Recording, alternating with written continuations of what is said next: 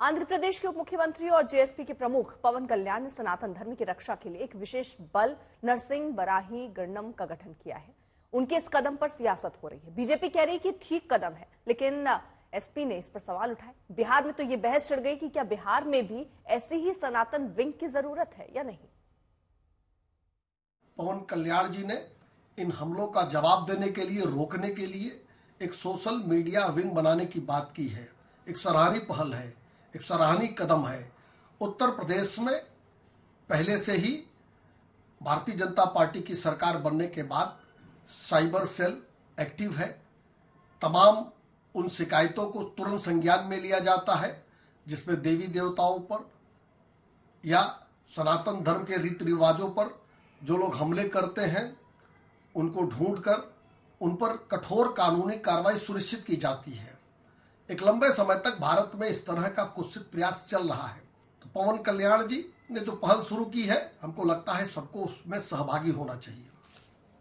देखिए, पवन कल्याण जी एक कलाकार हैं। एक कलाकार की सोच और बोली भाषा ऐसी ही होनी चाहिए।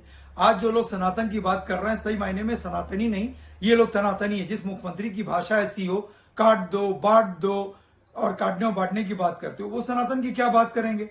तो ये वो लोग हैं जो काट करके और बांट करके राज करना चाहते हैं। सही मायने में ये लोग खुद सनातनी नहीं। सनातन को बारे में पहले इनको जानकारी होनी चाहिए। ये लोग इसी तरीके से देश को बांट करके हिंदू को मुसलमान से, मुसलमान को सिख से, सिख को ईसाई से बांट करके राज करना चाहते हैं, लेकिन ये इसमें कामयाब नहीं होंगे। मैं समझता हूं कि जो कुछ गलत काम करता है उसके खिलाफ कार्रवाई होनी चाहिए। इसका ये मतलब नहीं कि उनकी बोली भाषा इस तरीके से होनी चाहिए। बिहार में मंत्री नीरज बबलू ने कहा है कि बिहार में भी सनातन विंग की जरूरत है। बिहार में हिंदुओं को जगाने की जरूरत है। हम समझते हैं कि पवन कल्याण जी काफी बेहतर काम कर रहे हैं और जिस तरह से वो एक स्टार भी रहे हैं, अभी डिप्टी सीएम भी हैं, मुझे लगता है कि जो शुरुआत किए हैं काफी बेहतर है और बिहार में जरूरी है। बिहार में ऐसे संगठन की जरूरी है, आवश्यकता है। क्या है कि बिहार में कहीं न कहीं हिंदुत्व को जगाने की आवश्यकता। हम आदरणीय गिरिराज दा को भी धन्यवाद देना चाहेंगे जिन्होंने अभी अररिया और किशनगंज में हिंदू सनातन यात्रा निकाला, धर्म जागरण के तौर पर हिंदू जागरण यात्रा निकाला।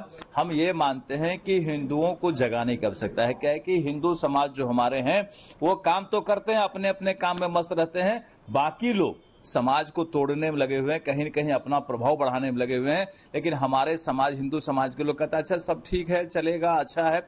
लेकिन कहीं न कहीं हम इसको मानते हैं कि इन्हें भी जगाने की आवश्यकता है, इन्हें भी एकत्रित करने की आवश्यकता है। अरे हिंदुस्तान में सनातन सियासत का विषय नहीं हो सकता। हिंदुस्तान में कोई अगर ये कहता है कि सनातन को बचाएंगे तो इसी से समझा जा सकता है कि उनकी मानसिकता कैसी है। सनातन इतना कमजोर है कि इनको बचाने के लिए बनाना पड़ेगा विंग। सनातन की ताकत को पहचानते नहीं। ये सब नकली सनातनी हैं, ढोंगी लोग हैं। इनको नौकरी देने की बात, रोजगार की बात नहीं करनी, महंगाई खत्म करने की बात नहीं करनी, कैसे हम पर्यावरण बचाएं, कैसे हम देख रहे हैं कि जहरीला हवा का, ये सब पर बात ही नहीं करना है। शिक्षा पर, स्वास्थ्य पर कुछ नहीं करना है। तो इनको क्या करना है बात? सनातन के ठेकेदार हैं क्या ये सब ढोंगी लोग हैं। देश को एक बेहतर शासन, प्रांत को एक बेहतर जो लोगों के सेवा का मॉडल है वो देना हमारा प्राथमिक लक्ष्य है। और मुद्दों को लेकर हम इतना कह सकते हैं कि नेशनल एजेंडा ऑन गवर्नेंस का भी दौर अटल जी के समय में हम लोगों ने देखा है।